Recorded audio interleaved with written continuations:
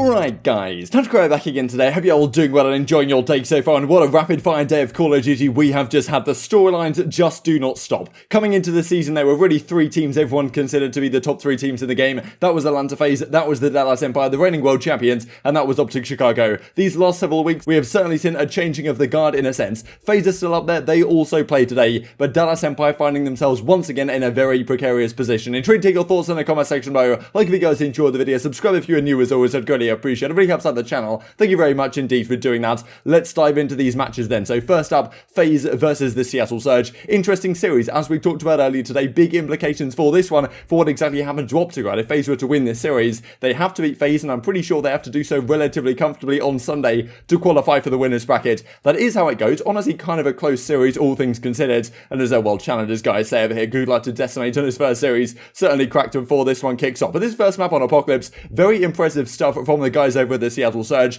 They win this map pretty comfortably in the end. I mean, once again, it was FaZe playing this map on Apocalypse here, and not really having the best time of things, right? They've played this map quite a lot against a number of teams. Supposedly, a Simp is going to go on to say in a second that their practice has been pretty good on this map, but putting it into action in an actual game doesn't really seem to be working. Very much back and forth. I mean, this game can get blown wide open so easily, to be honest, here on Apocalypse. You can piece together rotation after rotation after rotation, as New York did to great effect up against OpTic just yesterday. But Decimate has a great map one, at least in the conclusion. He pops a nice little three-piece over towards a very difficult P5 hill to break towards the ends, and well, that gets the job done for the Seattle Surge. They get over the line in game one. Decimate arrives in style. You can see the slang over here on the side of Prestinni especially, and Decimate really came to play this game number one. But game two, this is where FaZe had to bounce back, and honestly, it was a very close cut affair in this search and destroy. Early on, it looked like FaZe were going to absolutely dominate, but here it was, Arcitys closing it out. 1 versus 2 to close out the game. This guy already 12-6 at this point. He had an absolutely enormous performance, takes down Decimate, and then it doesn't get any better than this. 1 versus 1 up against his brother,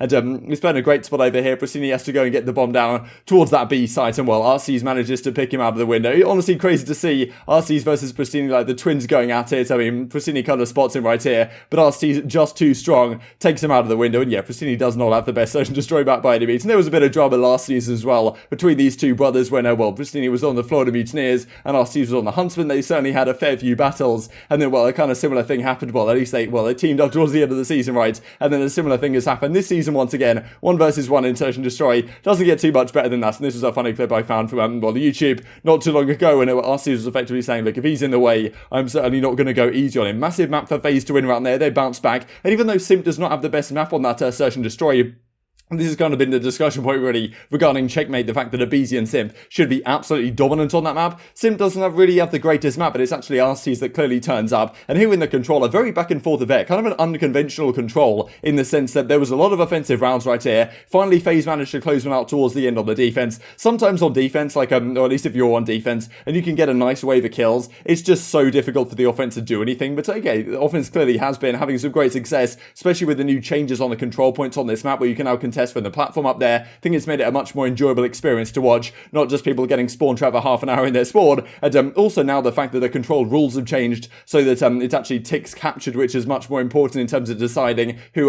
who gets the defense on the final rounds, as opposed to just kills as it was before.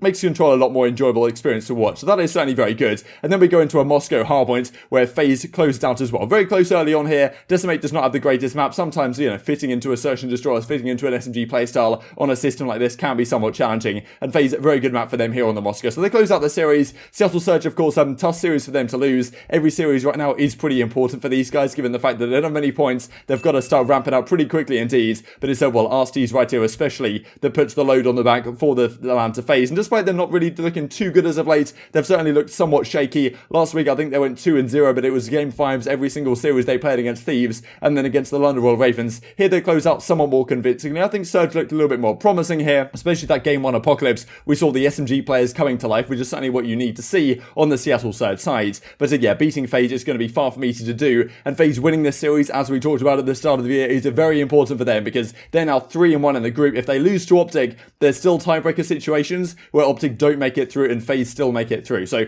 kind of crazy how things are all going to play out right here, but big series of FaZe to win, and of course Seattle Surge in a tough spot this group already. So well, they find themselves with their backs against the wall certainly for the rest of the season. They're going to need to have a really big performance performance at one of the majors, I imagine, to be able to make it all the way out to the World Championship. And someone was pointing out a couple of days ago in my direct messages the fact that, look, you know, Gunless, right, could he not be at the World Championship 2 years in a row? Last year he wasn't at Champs because he wasn't even on, well, Chicago Huntsman wasn't even on a team for the rest of the season. This year he's on Seattle, and once again seems like he may not be getting his opportunity at Champs if they cannot make it. As Octane says, and we saw a tweet from Decemate just a second ago, but, you know, should have won Game 5 for sure. We threw that S&D super hard. Not a bad week of practice though. London coming up next, and well, GG's to Seattle 1-3-1. I swear our apocalypse isn't as bad as it looks. We just keep throwing it. So I suppose they've been looking pretty good at scrims maybe, but well, apparently they just can't get the job done in matches. And well, let's face it, no honeymoon phase here. And speaking of honeymoon phases, that brings us nicely into the final series of the day. That was the Dallas Empire versus the Florida Mutineers of all teams. Arcitys dominating the series, 1.83 in control, 2.33 in hardpoint, getting the job done, or 2.33 in surge, getting the job done in hardpoint certainly as well. But let's talk about this final series. This was, let's not forget, the Dallas Empire's own home series. Now, how much difference does that really make? Of course, we're not on LAN yet. I mean, Dallas Empire are hosting the first LAN of the season at the stage 4 major, I believe, June 17th through the 20th. I'm pretty sure was announced just a couple of days ago now. But tends to have been so far this season that the teams that have their own home series technically tend to perform somewhat better at their own home series than they do for the rest of the time. That kind of seems to be a little bit of a trend that we've seen so far. So, of course, Dallas Empire, you're expecting them to come out right here. This is a massive series for them. If they win this, they pretty much lock up winners bracket for the major. That does not happen in very surprising fashion. Yes, Florida, we always talk about their kind of a banana skin team. They can knock out anyone. But the fashion in which Dallas lost this was honestly pretty remarkable. They genuinely got demolished in pretty much all of the maps. Game 1 was close early on. I mean, it was Shotzzy just having an absolute tear on. I mean, we've talked about this guy the last few days, right? The fact that Shotzzy's been so good as of late, really turning up his level. It's been very impressive to see. That's certainly what they need, right? With no Huke on the team, you need your, well, second star, I mean, maybe your primary star in Shotzzy to be absolutely going off like he was at the latter half of last season. He does that at the start of this game, goes on an 8 streak, and that honestly sets him up quite nicely. But it doesn't work out in the end. This game comes down to time. We very rarely see that, to be honest. I think there was a game between Toronto when they had Method still on the team in Minnesota that also came down to time on a Moscow hardpoint. It happens this time as well. Mutineers play it very smart over towards the B4. They just sit in the buzz, killing the Dallas Empire guys as they come down the street, saying, look, we don't need any time. The game clock's just going to run out, and they win the game 230 to, I believe, 198. So a close map, certainly, but Mutineers managed to close it out. And then it was the search and destroy. And this is one of the games, as Mal says, you know, that's the 4th time out of 191 hardpoints this season it has gone all the way to the game clock. So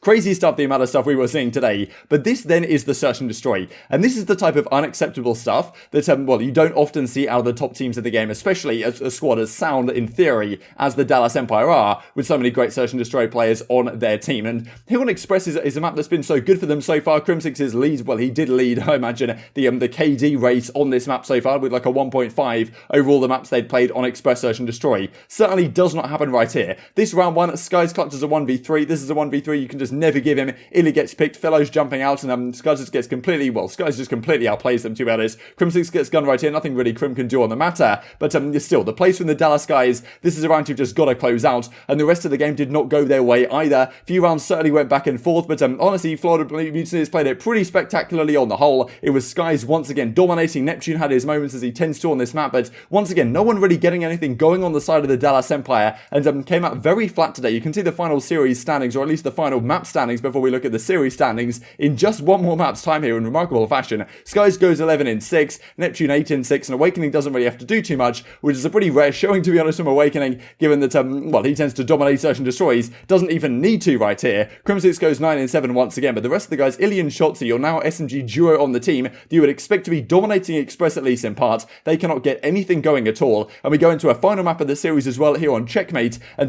this was the Awakening show, to be honest. Skies had a phenomenal series on the whole, as we will look at, but Awakening dominated this one. Skies, I'm pretty sure, almost went double positive again towards the end of this game, and Dallas Empire could just get absolutely nothing going at all. Felt like the slaying wasn't there, really felt like the teamwork wasn't there, and it's crazy to see from the Mutineers, right, because sometimes when Skies and Awakening are firing on all cylinders, they can do so much damage to like any team in the game, and I feel like that was the Florida that we saw today. But at the same time, if you are Dallas Empire, if you are the reigning world champions, you've made this change with Huke a couple of weeks ago now, you've had some time to figure things out and try and get things ready to go. They made the change at the start of week 1 after their victory against the Paris Legion. Right at the start of week 1, they brought Huke out, they brought FeLo in. Now, of course, they made the trade with Huke going to Los Angeles Thieves, and well, okay, they've won one series since then. They've now lost a series here against the Florida Mutineers. They're 2-2 in their groups. It's not pretty at all. You'd have thought you'd get better over time. Mutineers have been looking very shaky as of late. Dallas Empire going down in this fashion fashion is very surprising, to be honest, to me. And I thought at least they would have put up more of a fight here. I thought this was probably going to a game 5 or something like that. With FeLo in the team, they really haven't looked anything special by any means. And well, there's been understandably a lot of discussions, a lot of memes coming out on the timeline as a result of this. Guys dominated the Dallas Empire at their own home series, plus 24, 70 kills. I mean, look at the slang on here out to the side of the Dallas Empire, just nowhere near the level that they need. ILLey on this new SMG role not really performing, 42 and 60. Shotzzy has a good performance, at least in terms of KD and in terms of damage as well. FeLo puts up some good damage also, but compared to what Skies was pumping out on the map and awakening towards the latter half of the series, not going to cut it. And this was some of the immediate reaction on the timeline as well. Can't get video tweet up missing. Have you seen me last seen in stage 2 with Huke? And well, when Dallas Empire were competitive, right, stage 1 they came 2nd at the major, stage 3 or stage 2 they came 3rd at the major. Now in stage 3 we're expecting them maybe to have some sort of rebounds. Isn't happening so far with FeLo. Still time to turn things around, but this is not of course the result they were looking. And this is really what I think the big discussion about the matter is, the fact that given the fact that well, Huke went to this team so quickly, they made this change. Thieves got this locked in very quickly indeed. As Crone says, what's the most questionable roster move of all time? Is it possibly this change with Huke going over to the Los Angeles Thieves very quickly indeed? And as Mutineers say, brooms out, the Empire has fallen, 25 kill streak, no Huke equals Mutineers nuke. I mean, Awakening was honestly dropping nukes, certainly on that checkmate control to finish off the job. And as Rambo says, GG's to Mutineers, they played very well today. We completely showed up flat. That is, well, certainly the case. Rambo's, well, done an excellent bit of analysis right there. And as Nislo says, this Dallas Empire change has to be one of, if not the most questionable roster moves we have seen in COD. They got to have some master plan. I just simply cannot understand it. And well, as Hastro said just a few days ago, I love and appreciate the kid. He knows that. Hopefully you all know that. Team chemistry changes. Doesn't mean you can't love and respect all the ingredients. Congrats, 100 Thieves. You got a gem. Did he give away this gem too easily? Indeed. Only a couple of weeks after they make the change. You've got to think, and that's what I tweet out right here, you've got to think that trading Huke before seeing if the new team was any good might not be the best player in the world, right? I don't even know if they have a substitute right now. Who can they even sign? Who can they even get in to fix this mess if it continues to be a mess? Maybe they can turn things around. Dallas Empire, they have some incredibly talented players, but with some of the other teams in the league improving so significantly, I don't really have too much faith in Dallas to get significantly better for the rest of the season. And Huke could have been such a great asset to be like, okay, yes, we made a mistake, let's just bring you back in. Okay, we'll put FeLo back to the bench. Maybe we'll try out some sort of different role thing, and ILLey can still use the second SMG, Huke on the AR or flex roll. I don't really know. Change something up. But I mean, Huke is not a player I don't think you get rid of easily indeed. They do so, and guess what happens, right? They're not looking too strong by any means. Of course, as I say, still time to turn it around, still time to prove us all wrong, but this is, well, not exactly the sign you were looking for, especially against the Mutineers team that have been looking very beatable indeed as of late. So I'm intrigued to hear your thoughts on all this stuff in the comment section below. I hope you guys enjoyed the video. If you did enjoy it, I'd greatly appreciate a like on the video. It really helps out the YouTube algorithm. I know you enjoyed this content. Other people like you may enjoy this content as well, and I've grown the competitive Call of Duty community. Thank you for watching as always, take care, and I will see you next time.